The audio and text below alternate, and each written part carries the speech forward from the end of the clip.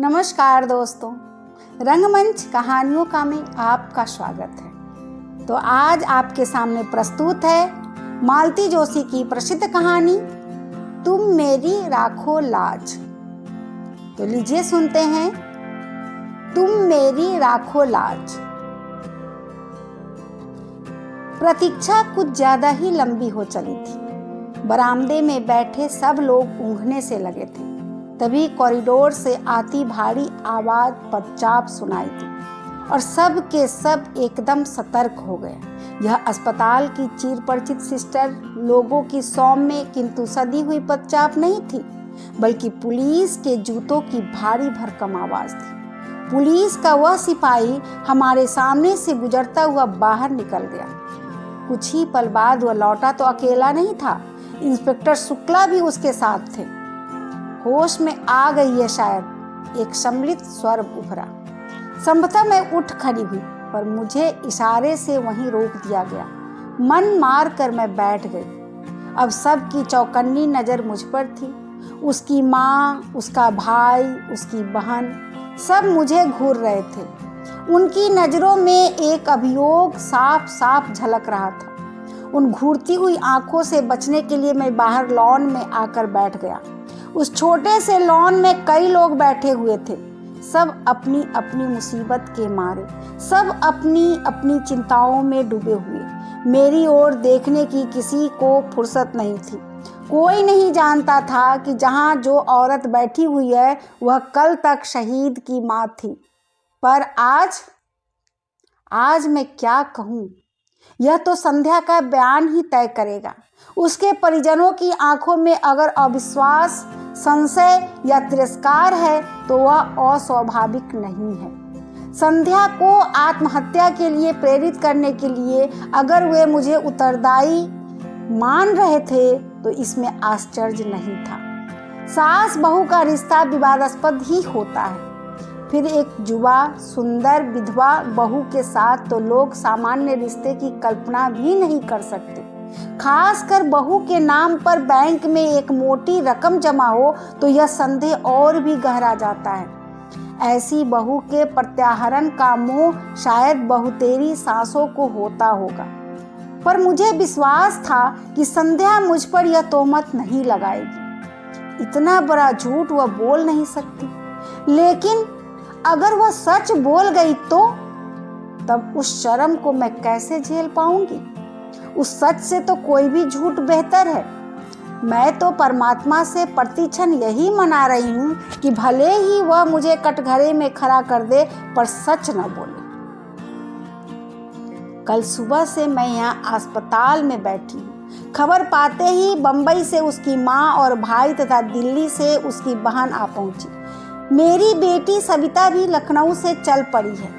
अड़ोसी पड़ोसी, नाते रिश्तेदार अस्पताल के चक्कर लगा रहे हैं। बारी बारी से आकर कुशल क्षेम पूछ रहे हैं, चाय नाश्ते की पेशकश कर रहे हैं। पर सविता के पापा शर्मसार होकर घर में ऐसे दुबक गए हैं कि एक बार झांकने भी नहीं आए। लोग समझ रहे हैं कि जवान बेटे की मृत्यु से वे इतना टूट गए हैं कि अब किसी नई त्रासदी का सामना करने की उनमें हिम्मत नहीं है। घर में बैठकर वे सब की सहानुभूति और आदर बटोर रहे हैं और सारी जद्दोजहद से गुजरती मैं सब की नफरत झेल रही हूँ। संदेह भरी नजरों से छलनी हो रही हूँ। इस हादसे से मैंने प्राणपय से चाहा था कि संध्या अपने परिवार में वापस लौट जाए। मैंने बार बार यह संकेत दिया था कि हमें उसके रुपये पैसे से कोई मोह नहीं है। वह सब कुछ अपने साथ ले जा सकती है। उसके वहाँ रहने पर भी इस घर पर, यहाँ की धन संपत्ति पर उसका हक बना रहेगा। अपना बुढ़ापा हम अकेले काट लेंगे। बस हमें इस जिम्मेदारी से मुक्त कीजिए। इस जिम्मेदारी के चलते तो मैं बेटे के लिए रोना भी भूल गई थी। जब उन लोगों की ओर से कोई पहल नहीं हुई तो मुझे ही निर्णय लेना पड़ा। सविता के साथ मैंने उसे पूरे साजो सामान के साथ बंबई भेज दिया। उसके बैंक खाते के स्थानांतरण की व्यवस्था भी कर दी। लेकिन 15 दिन भी नहीं बीते थे कि वह बैरंग चिट्ठी की तरह लौट आई। साथ में उसकी माँ भी थी। समधिन ने हाथ जोड़ कर कहा, बहन जी, आपका इतना बड़ा घर है, लड़की कहीं भी पड़ी रहेगी, आपकी सेवा करके जिंदगी गुजार देगी। यह घर तो उसी का है, वह जब चाहे यहाँ आ जा सकती है। मैंने तो आपने कुछ अच्छा ही सोचा होगा, मैं जानती हूँ घर की बात बाहर उछालनी नहीं चाहिए, पर आप तो अपनी हैं, आपसे क्या छिपाना। इसकी पिता की मृत्यु के बाद उस घर में बहू का राज हो गया है। राज क्या है, पूरा रावण राज है। हम माँ बेटी ने कैसे दिन गुजारे हैं मैं जानती हूँ, इसलिए मैंने इसकी पढ़ाई भी पूरी नहीं होने दी, जल्दी शादी कर दी। सोचा था अपने घर में सुख से रहेगी, पर भाग्य में हो तब तो। उसकी शादी के खर्च को लेकर बहू जब तब ताने देती है। अब अगर वह हमेशा के लिए आ गई तो हमारा जीना मुश्किल कर देगी। लेकिन वहाँ रहने की ज़रूरत ही क्या है, हम लोग एक अच्छा सा फ्लैट ले लेंगे। आप उसके साथ बनी रहिए, हमें भी फिक्र नहीं रहेगी। लेकिन मैं तो सब दिन बैठी नहीं रहूँगी। उसके बाद बहन, हम भी कोई अमर पट्टा लेकर नहीं आए हैं, जाना तो हमें भी है, और जितनी जल्दी चले जाएं उतना ही अच्छा। पर जाने से पहले उसका ठिकाना करके जाना है। अच्छा घर वर देखकर उसकी शादी कर देनी है। इतनी बड़ी पहाड़ सी जिंदगी वह अकेले कैसे काटेगी। तो बहन जी, यह काम भी आप कर ही सकती हैं। भाई साहब आपके साथ हैं, मेरे पास तो कोई साधन भी नहीं है। इसके भाई भाभी लालच में आ गए तो दूसरी शादी भी नहीं होने देंगे। जिंदगी भर इसके पैसों पर कुंडली मार कर बैठ जाएंगे। आपको अपने बेटे पर जरा भी एतबार नहीं है। बेटा अपना है तो क्या हुआ, बहू तो पराये घर से आई है। बेटा भी अब उसी की आंख से देखता है, उसी के कान से सुनता है। अपना दिल दिमाग सब उसने बीबी के पास गिरवी रख छोड़ा है। इसके बाद कुछ कहने का सवाल ही नहीं था। एक कोशिश मैंने और की थी, उसकी डॉक्टर बहन के सामने भी प्रस्ताव रखा था। यूँ तो वह संध्या से 10 साल बड़ी थी, पर बहन बहन ही होती है, कुछ तो लगाव होगा ही।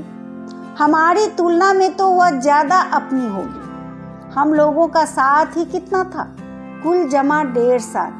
उससे भी आधे दिन वह पति के साथ या फिर पीहर में रही थी। लेकिन उसकी बहन ने भी मेरा अनुरोध स्वीकार नहीं किया।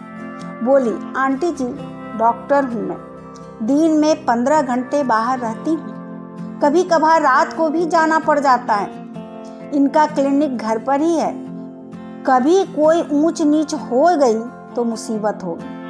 मतलब वह कोई खतरा लेना नहीं चाहती थी। अब उसे कैसे समझाती कि इस ऊंच नीच का तो मुझे भी डर है, इसलिए तो मैं तुम सबकी चिरौड़ी कर रही हूँ। कैसे कहती कि औरत, खासकर अकेली औरत, उनकी कमजोरी है। पर अपने पति के बारे में यह सब कहना अपने आप को गाली देना है। इसलिए तो सारी उम्र ओट सी कर इस दर्द को पीती रही हूँ।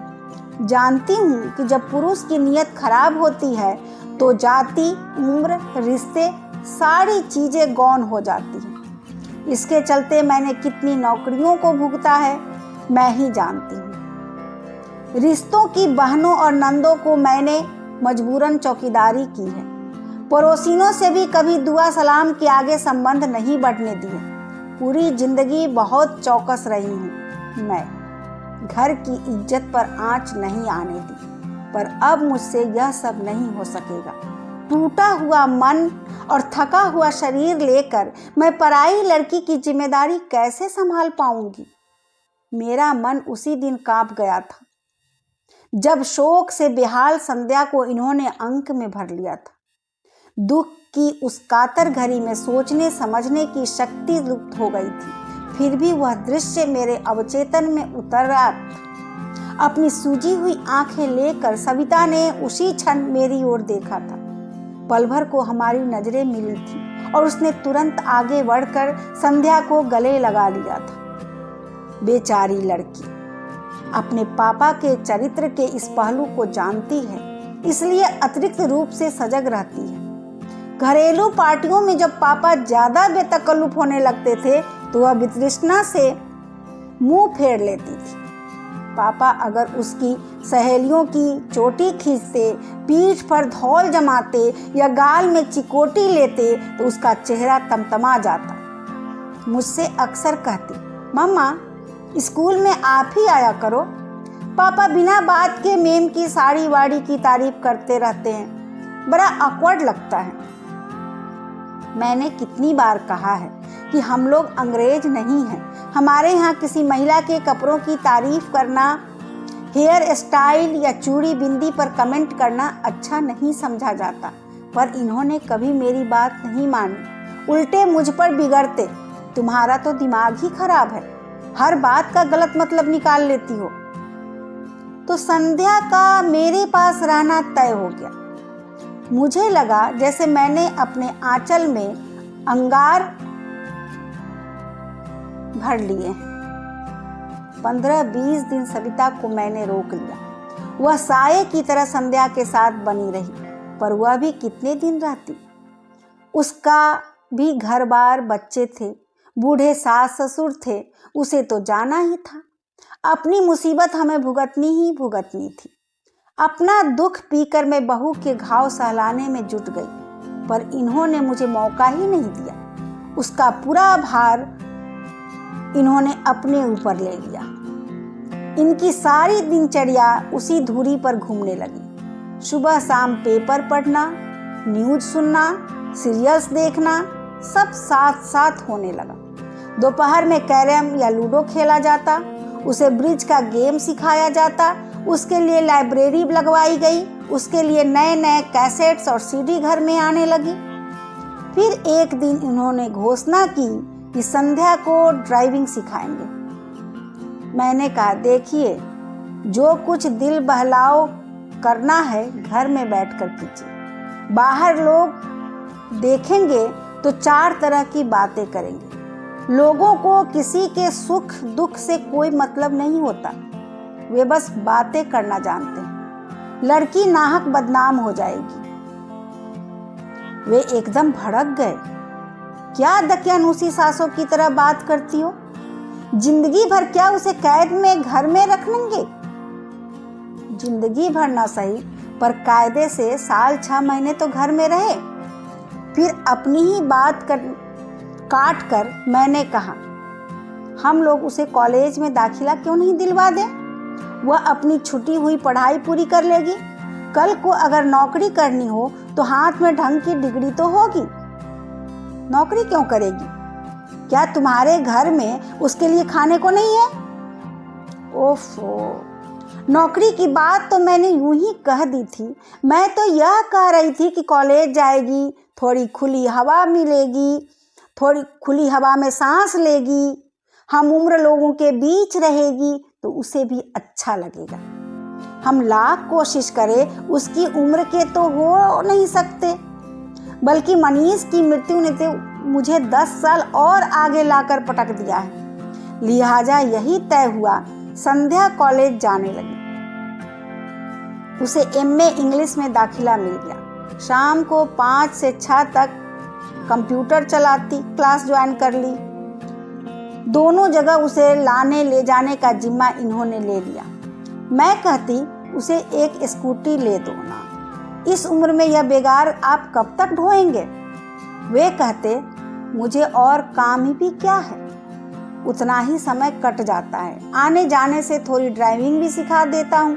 2 व्हीलर तो मैं उसे आज ले दूँ, पर कॉलेज इतनी दूर है, उसके घर लौटने तक हमारी जान सांसत में बनी रहेगी।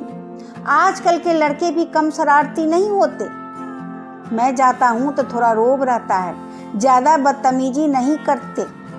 इन्होंने तो अपना वक्त बांध लिया था, पर मेरा समय काटे नहीं कटता था। 3 प्राणियों के परिवार में मैं एकदम अकेली पड़ गई थी। गृहस्थी से मन उचट गया था, फिर भी उसे ढोना पड़ रहा था। भूख प्यास गायब हो गई थी, फिर भी दोनों वक्त रसोई में सिर देना पड़ता था। जिस दिन भी थोड़ी कोर कसर रह जाती वे फौरन कहते, हम लोग तो बूढ़े प्राणी हैं, खिचड़ी खाकर भी जी लेंगे, पर इस लड़की का तो कुछ ख्याल करो, वह तो अपने मुंह से कुछ कहने से रही। 3-4 महीने बाद सविता फिर एक बार चली आई। लाख ससुराल में थी, पर उसका मन तो वहीं अटका हुआ था। जानती थी कि भाई की मृत्यु के बाद मम्मी पापा कितने अकेले पड़ गए हैं। आते ही बोली, मम्मा तुम्हें क्या हो गया है, बीमार हो क्या? इन 4 महीनों में तो तुम आधी भी नहीं रह गई। मैंने सूखी हंसी हंसकर कहा, अब इस जन्म में तो मैं मुटाने से रही। तुम्हारा भाई मुझे जिंदगी भर का रोग दे गया है। 2 दिन में ही उसे सारी दिनचर्या समझ में आ गई। बोली, यह क्या बात है मम्मा, दिन भर तुम ही लगी रहती हो? इसमें नई बात क्या है? तुम्हारी शादी के बाद से तो मैं अकेले ही सब कर रही हूँ। हाँ, पर अब तो घर में संध्या है, उसे तुम्हारा हाथ बटाना चाहिए। पर उसके पास समय कहाँ है? क्यों? सुबह उसका कॉलेज होता है। ठीक है, पर शाम का खाना तो बना सकती है ना? सच कहूँ सविता, अब उससे कुछ कहते भी संकोच होता है। लगता है वह इस घर में मेहमान है। कहने की जरूरत ही क्या है, उसे खुद सोचना चाहिए।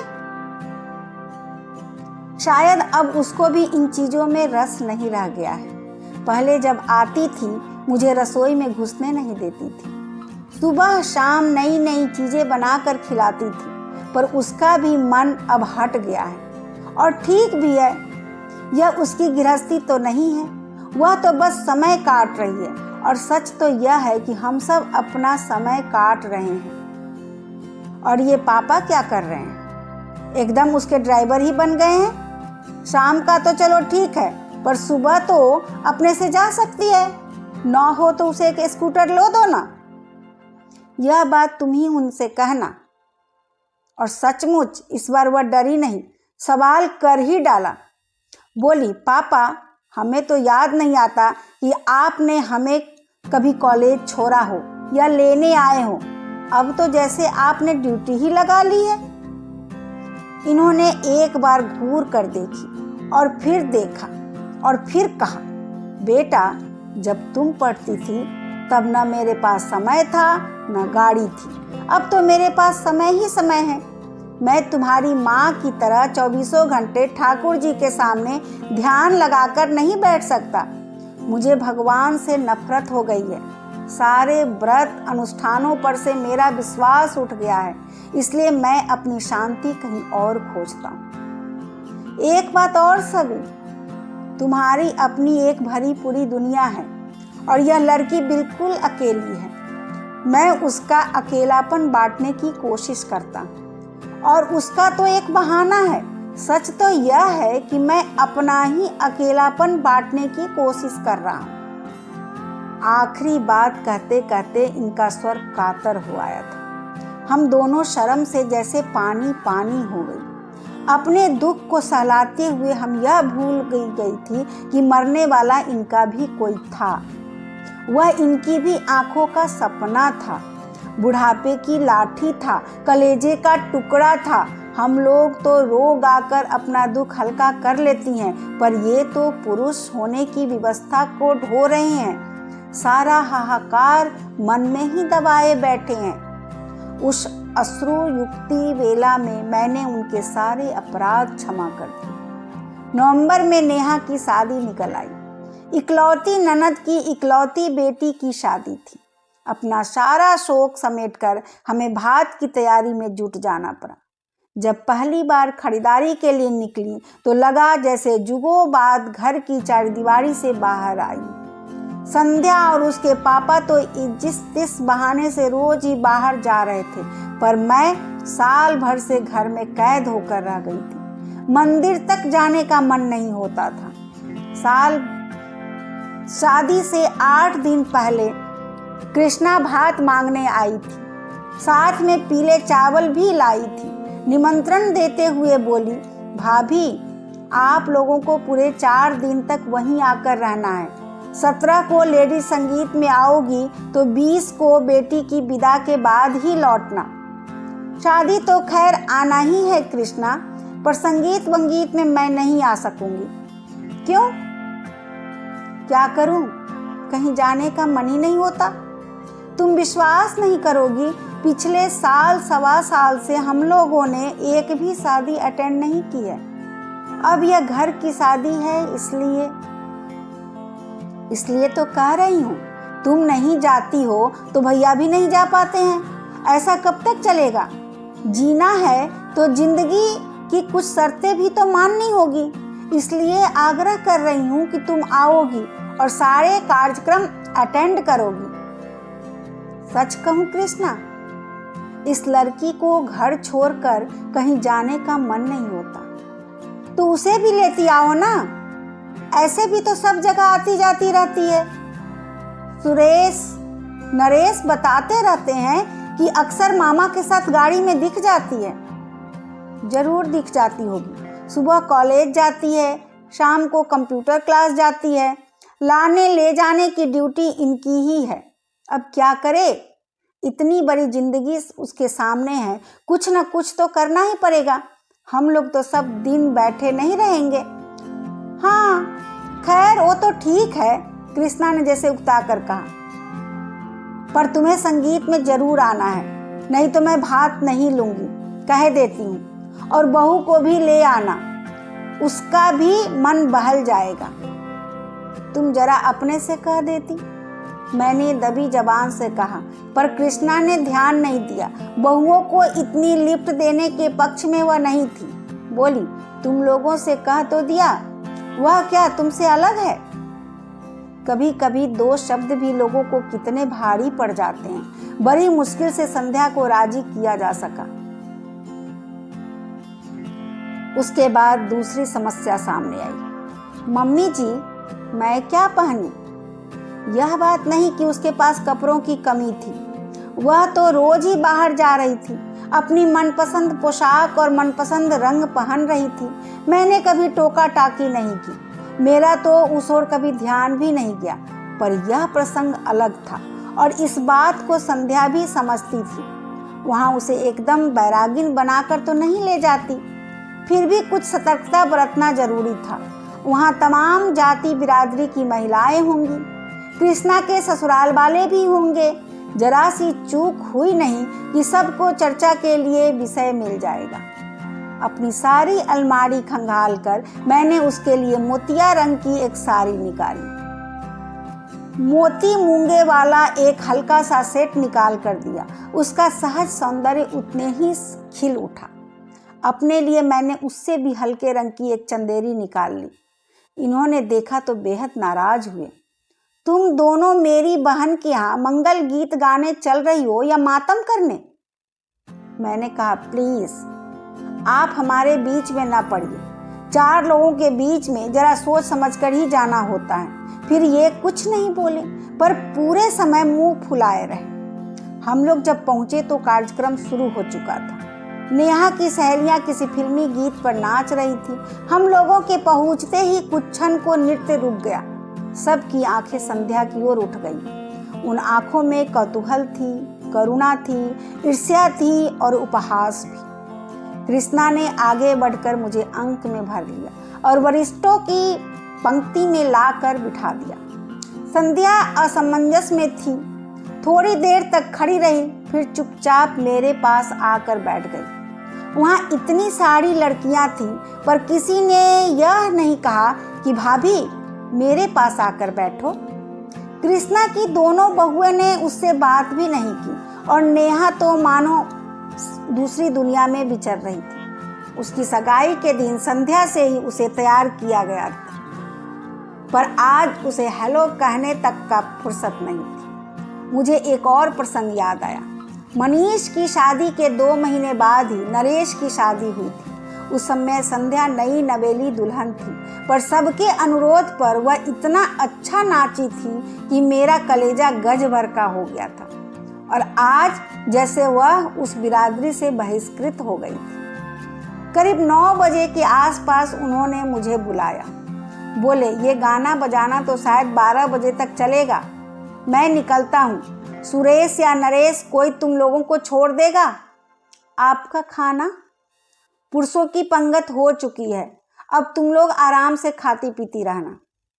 तभी देखा संध्या मेरे पीछे आकर खड़ी हो गई। धीरे से बोली, मम्मी जी, मैं भी पापा के साथ चली जाऊं? एक क्षण मन में दुविधा सी हुई, पर मैंने देखा उसकी आंखें एकदम डबडबा सी गई है। लगता था अब बरसी की तब बरसी। जाओ, मैंने कहा और वे दोनों चले गए। वापस आकर बैठी तो कृष्णा की ननद ने पूछा, बहुरानी चली गई? हाँ, मैंने कहा, और अनायास मेरा आक्रोश फूट पड़ा। बैठकर करती भी क्या? न उसे मेहंदी रचानी थी, न महावर लगवाना था, न गाना गवाना था, न ठुमके लगाने थे। जिसके लिए आई थी वह अपने ही में मगन थी। उसने भाभी की ओर झांका भी नहीं। सुरेश नरेश की बहुएं उससे ऐसे छिटक रही थी जैसे छू जाएगी तो कोई अनर्थ हो जाएगा। इतनी लड़कियां हैं यहाँ पर, किसी ने पास बैठने तक के लिए नहीं कहा। बेचारी बड़ी बुढ़ियों के बीच बैठी बैठी रही। वह तो आने के लिए कतई तैयार नहीं थी, मैं ही जबरदस्ती लिवा लाई और अब पछता रही हूँ। नाहक उसके घाव हरे कर दिए। अरे यह सब कहते हुए मैं पता नहीं कब सुबकने लगी। घाव संध्या के ही नहीं, मेरे भी हरे हो गए थे। मनीष की मृत्यु का यह नया पहलू अपने भयावह रूप में मेरे सामने आया था और मैं दहल गई थी। उधर कृष्णा की जिठानी भुनभुना रही थी, शादी वाले घर में रोकर असगुन कर रही हैं। इन्हें किसने बुला लिया? मैंने बुलाया है, कृष्णा ने कड़क कर कहा। भाभी है मेरी, नहीं आ रही थी, फिर भी मैंने जिद करके लाई हूँ। क्या पता था? प्लीज कृष्णा, मैंने उसका हाथ पकड़ लिया। मैं पहले ही बहुत शर्मिंदा हूँ, मुझे और शर्मिंदा मत करो। इसके बाद महफिल तो एक तरह से उखड़ ही गई थी। फिर खाते खिलाते 12 बज गए। उन लोगों ने शादी के लिए एक वैन ले रखी थी, उसी से सबको घर घर छोड़ा। बेल बजाते हुए सोच रही थी कि ये छुटते ही पूछेंगे इतना जल्दी कैसे आ गई, पर मैं कुछ बताऊंगी नहीं, मुझे ही डांट पड़ेगी। और वहां तमाशा करने की क्या जरूरत थी? पर इन्होंने कुछ नहीं पूछा। दरवाजा खोलकर चुपचाप बिस्तर पर चले गए। रोज 12 बजे तक चलने वाला टीवी भी आज बंद था। कपड़े बदलते हुए देखा, इनके बाएं हाथ पर पट्टी बंधी हुई थी। मेरी पुरानी साड़ी को फाड़ कर बेतरतीब सी बांधी हुई थी। यह हाथ में क्या हुआ? कट गया। कैसे? थोड़ी देर चुप रहे, फिर बोले, दरवाजे में आ गया था। दरवाजे में कैसे? इन्होंने कोई उत्तर नहीं दिया। करवट बदल कर लेट गए। ठीक तो है, जब हमें कोई तकलीफ होती है किसी को पूछताछ भी अच्छी नहीं लगती। कुछ लगाया था? डेटॉल लगाया था। उनके स्वर में बेजारी थी। बाथरूम जाते हुए देखा, खून के छींटों की एक कतार सी थी। वॉश बेसिन में भी छींटे थे, शायद पानी की धार के नीचे हाथ रखा होगा। फिर कुछ पूछने का मन हुआ, पर इनकी नाराजगी के डर से चुप रही। बाल्टी में साबुन घोलकर मैंने पूरे फर्श पर पोछा सा लगा दिया। पोछा लगाते हुए अचानक याद आया, संध्या सो गई? पता नहीं, उसने कुछ खाया कि नहीं? वहां से तो वैसे ही चली आई थी। पता नहीं, तुम ही पूछ लो। मुझे आश्चर्य हुआ। और दिन तो मुझसे ज्यादा इन्हें उसकी फिक्र रहती थी। उसकी सुख सुविधा का ध्यान मुझसे ज्यादा यही रखते थे। कई बार तो इस बात पर हम लोगों की झड़प भी हो जाती थी। मैंने दोबारा इनसे कुछ पूछना ठीक नहीं समझा। खुद ही उसके कमरे में चली गई। दरवाजा बंद था। संध्या सो गई क्या? मैंने आवाज लगाई, पर शब्द जैसे मुंह में ही जम गए। संध्या के दरवाजे के पास भी खून की बूंदें थी, जो हमारे कमरे तक चली आई थी। मेरा माथा ठनका, पर मैं कुछ नहीं बोली। चुपचाप एक बाल्टी लाई और पोंछना शुरू कर दिया। उसी समय फोन की घंटी बजी। ये कुछ क्षण मेरी प्रतीक्षा करते रहे, फिर उठा लिया। आवाज दी, कृष्णा का फोन है, तुम्हारे लिए। कह दो सुबह बात कर लूंगी। जानती थी इतनी रात गए उसी का फोन होगा। शाम को जो कुछ हुआ उसकी सफाई देनी होगी। उस समय वह बात कितनी बड़ी लग रही थी, पर अब यहाँ जो कुछ हुआ उसके मुकाबले में वह कितनी छोटी और अर्थहीन लग उठी थी। इतनी रात को फोन किया है तो क्या कोई जरूरी बात ही होगी, बात कर लो ना। कहते हुए ये कॉर्डलेस लेकर बाहर आ गए, फिर वहीं ठिठक गए। बाल्टी पर दोनों हाथ रख कर मैं उन्हें अपलक देखती रही। एक क्षण को हमारी आंखें मिली और वे कमरे में चुपचाप लौट गए। अपना काम खत्म करके मैंने गेट पर बाहर के दरवाजे पर ताला डाली, सारी बत्तियां बुझाई और पलंग पर आकर लेट गई। सोने का मन नहीं हो रहा था, बस पलंग की पाटी पर सर टिकाए बैठी रही। बड़ी देर बाद वह अंधेरा मुखरित हुआ। शब्द मेरे कानों से टकराए, पर अर्थ कहीं खो गए। आप कुछ कह रहे थे? मैं यह कह रहा था कि मैं तो केवल उसे सांत्वना देने का प्रयास कर रहा था।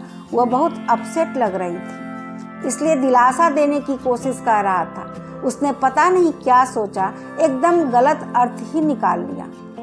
आप यह सब मुझे क्यों बता रहे हैं? मैंने तो कुछ कहा नहीं, कुछ पूछा नहीं। अभी बाहर तुमने जिस तरह मेरी ओर देखा था, उसके बाद क्या कुछ कहना शेष रह जाता है? क्या तुम्हारी आंखों की भाषा में पढ़ नहीं सकता? शायद इन्हें भी किसी किस्म की दिलासा चाहिए थी, पर मेरा मन ही नहीं हुआ। चुपचाप पीठ फेर कर लेट गई। भीतर एक अंधड़ सा उठ रहा था, प्रश्नों के बवंडर उठ रहे थे। सांत्वना देने उसके दरवाजे तक जाने की क्या जरूरत थी? ऐसा आपने क्या कर दिया कि उससे आपके मुंह पर दरवाजा बंद करना पड़ा? ऐसी आक्रामक तो वह है नहीं और न कभी थी। और आप कह रहे थे कि उसने गलत सोच लिया। इस बचकाने विधान को मैं कैसे मान लूं? कोई भी औरत इस मामले में गलती कर ही नहीं सकती। छोटी बच्ची भी स्पर्श की भाषा को बखूबी समझती है, फिर चाहे वह स्पर्श नौकर का हो, दोस्त का हो, सहकर्मी का हो। औरत इसे परखने में कभी गलती नहीं करती। ईश्वर ने स्त्री को यह अद्भुत सहज ज्ञान प्रदान किया है। भेड़ की धकापेल में भी वह हर स्पर्श को अलग से परिभाषित कर सकती है, और ये कह रहे हैं कि उसने गलत सोच लिया होगा। ईश्वर करे ऐसा ही हो। उस रात मैं मना रही थी कि वह यहीं ठहर जाए, इस रात की सुबह कभी न हो और मुझे संध्या का सामना न करना पड़े। पर अपना चाहा सब कहाँ होता है। घड़ी के कांटों के साथ रात की धीरे धीरे सरकती रही। रोज की तरह सुबह की किरणों ने दरवाजे पर दस्तक दी। उन किरणों के साथ दूध वाला, कचरे वाला, काम वाली, नल, सभी ने अपना आमद दर्ज की। मजबूरन उठना ही पड़ा। संध्या का कमरा बंद था।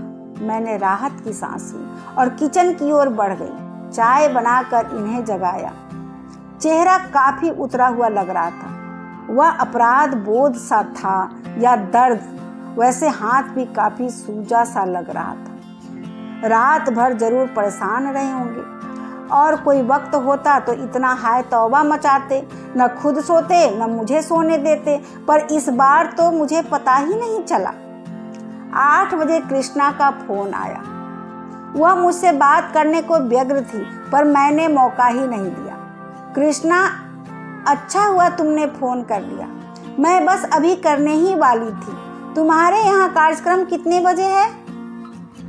तुम्हारा कार्यक्रम है भाभी, जब तुम आ जाओ तो 9:30-10 ठीक रहेगा, है ना? ऐसा करो, सुरेश नरेश किसी को भेज दो। तुम्हारे भैया के हाथ में चोट आ गई है, ये ड्राइव नहीं कर पाएंगे, और तुम तो जानती हो रिक्शा के लिए यहाँ कितनी दूर जाना पड़ता है। फिर इनसे कहा आप तैयार हो जाइए, 9:30 बजे हम लोग चलेंगे। मेरा जाना क्या बहुत जरूरी है? इनका स्वर थका हुआ था। कैसी बातें करते हैं, हाजिरी तो लगानी ही पड़ेगी, बाकी सब मैं संभाल लूंगी। लौटते समय डॉक्टर के यहाँ भी होते हुए आएंगे। संध्या का कमरा अब भी बंद था। फिर मैंने ही सारा सामान जमाना शुरू किया। पिछली 2 शादियों के मुकाबले में मैंने इस बार दिल खोल कर खर्च किया था। मन में एक ही बात थी कि अब किसके लिए जोड़ना है। संध्या के लिए के पास तो सरकार का और समाज का दिया बहुत है, जिंदगी आराम से कट जाएगी। वैसे भी उसका एमए पूरा होते होते हम लोग उसकी शादी की सोच रहे हैं। हम ही लोग कन्यादान करेंगे। भाई नहीं रहा तो क्या हुआ, सविता के लिए एक बहन तो हो जाएगी। सविता की याद आते ही मन उदास हो गया। आज मैं कृष्णा के लिए इतना कर रही हूँ, कल को सविता के बच्चों की शादी होगी तो कौन खड़ा होगा। उसकी सास की बाईपास ना हुई होती तो सविता आज यहाँ होती, तब वह भी मेरी तरह उदास हो जाती। ठीक 9 बजे नरेश गाड़ी लेकर आया। संध्या का कमरा तब भी बंद था। जब तक ये तैयार हुए, मैंने और नरेश ने मिलकर पूरा सामान गाड़ी में जमा दिया। जाने से पहले इसे जगा तो दो, कहकर मैंने संध्या के दरवाजे पर दस्तक दी। 2-4 आवाजें भी दी, पर कोई जवाब नहीं आया। क्या बात है, इतनी देर तक तो कभी नहीं सोती। पहली बार मुझे थोड़ी चिंता हुई। नरेश, कल रात वहीं से लौटकर कमरे में जो गई है तो बाहर ही नहीं निकली, कहीं तबीयत तो खराब नहीं है। नरेश का चेहरा फक पड़ गया। अजी जी के स्वर में बोला, मामी जी, कुछ ऐसी वैसी बात हो गई तो प्लीज हमारा नाम मत लीजिएगा। मम्मी बता रही थी कि कल कुछ लफड़ा हो गया था। आप तो जानती हैं, शादी ब्याह में यह सब चलता ही रहता है। वह बोलता जा रहा था और मेरा दिमाग ऐसी वैसी बात पर ही अटका हुआ था। ऐसी वैसी बात का मतलब, पर उसके कुछ कहने से पहले ही मतलब मेरे मन मस्तिष्क में कौंध गया। आशंका से कांप उठी। नरेश, किसी तरह दरवाजा खुलवाओ। वह कैसे खुलवाता। उसने कंधों पर धक्का दिया, घुटनों से जोर लगाया, पर दरवाजा टस से मस नहीं हुआ। फिर उसने कहा, स्क्रू ड्राइवर हो तो दीजिए, मैं बेल्ट खोलने की कोशिश करता हूँ।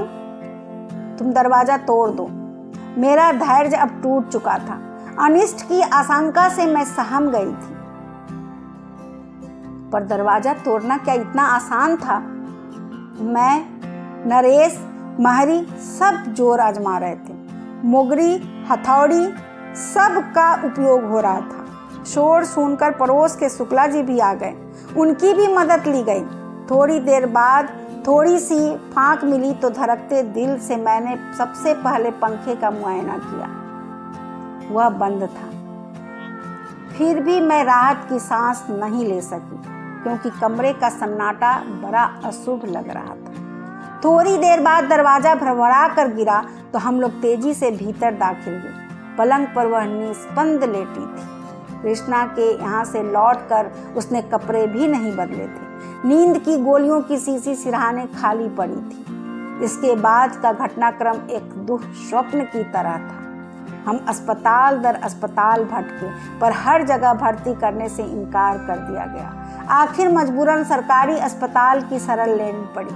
फिर पुलिस आई, संध्या के पास पहरा बिठा दिया गया।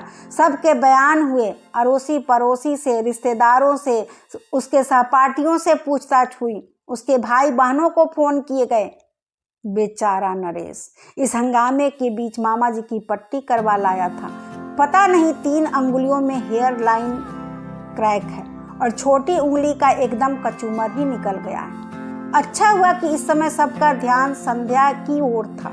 इनके एक्सीडेंट के बारे में किसी ने उत्सुकता नहीं दिखाई, नहीं तो किस किस को क्या क्या कैफियत देती। नरेश के जाने के बाद एक बात याद आई। घर में जब दरवाजा के साथ जोर आजमाइश हो रही थी, ये आंखें बंद किए आराम कुर्सी में चुपचाप लेटे हुए थे। जब हम लोग संध्या को उठाकर बाहर ला रहे थे, तब भी इन्होंने सिर उठाकर या आंख खोलकर नहीं देखा। इस बात को अब 24 घंटे से ज्यादा बीत चुके हैं, शायद 28 घंटे। तब से मैं अस्पताल में ही बैठी हुई हूँ। इतनी देर तक मैं ईश्वर से लगातार संध्या के जीवन की भीख मांग रही थी, और अब जबकि वह होश में आ गई है तो मैं मना रही हूँ कि वह भले ही मुझे कटघरे में करा कर दे, पर सच न बोले। मुझे जेल की सलाखों के पीछे रहना मंजूर है, पर इस उम्र में मैं यह शर्म बर्दाश्त नहीं कर पाऊंगी। आंटी जी, आंटी जी। मैं अपने विचारों में इस कदर खोई थी कि इस आवाज को पहचानने में थोड़ा समय लगा। सिर उठाकर देखा, संध्या की बहन खड़ी थी। आप यहाँ बैठी हैं और आपके लिए हमने पूरा अस्पताल छान मारा। उसका स्वर एकदम शांत था और मैंने गौर किया, चेहरा भी तनाव रहित था। फिर भी मैंने डरते डरते पूछा, संध्या कैसी है? अब खतरे से बाहर है, पर कमजोरी तो अभी रहेगी। चलिए ना, आपको बहुत याद कर रही हैं। मैंने उठना चाहा, पर पांव जैसे जम से गए। उसी ने सहारा देकर उठाया। चलते समय भी उसने मेरा हाथ नहीं छोड़ा। आप लोग उस दिन किसी शादी में गए थे? चलते हुए उसने पूछा। हाँ, क्यों? मेरा गला सूखने लगा था। वह बता रही थी कि मनीष की मृत्यु के बाद पहली बार ऐसी फंक्शन में गई थी, इसलिए उस माहौल को बर्दाश्त नहीं कर सकी। संध्या ही क्यों, साल भर से हम लोग भी किसी शादी में नहीं गए, पर यह घर का मामला था, जाना पड़ा। वही तो आप दोनों की बड़ी तारीफ कर रही थी, कह रही थी कि आप लोगों ने कभी एहसास नहीं होने दिया कि वह विधवा है, इसलिए वह भी इस सच को भूल सी गई थी। पर शादी में जब इस सच का सामना करना पड़ा तो उसे धक्का लगा, वह सह नहीं पाई। यह तो कहिए कि समय से इलाज हो गया, वरना ईश्वर तेरा लाख लाख शुक्र है। मैंने दोनों हाथ जोड़कर, मेरे हाथ कांप रहे थे, आवाज लरज रही थी, पर जवाब दे रहे थे कि 2 दिनों की भूख, प्यास, अनिद्रा और दुश्चिंता सब एकदम मुझ पर हावी हो गए। 2 कदम चलना मेरे लिए दूभर हो गया। लड़खड़ा कर मैं वहीं एक बेंच पर धम से बैठ गई। मुंह से बस इतना ही निकला, थैंक यू संध्या। अभी आप सुन रहे थे मालती जोशी की कहानी रखियो लाज हमारी। धन्यवाद।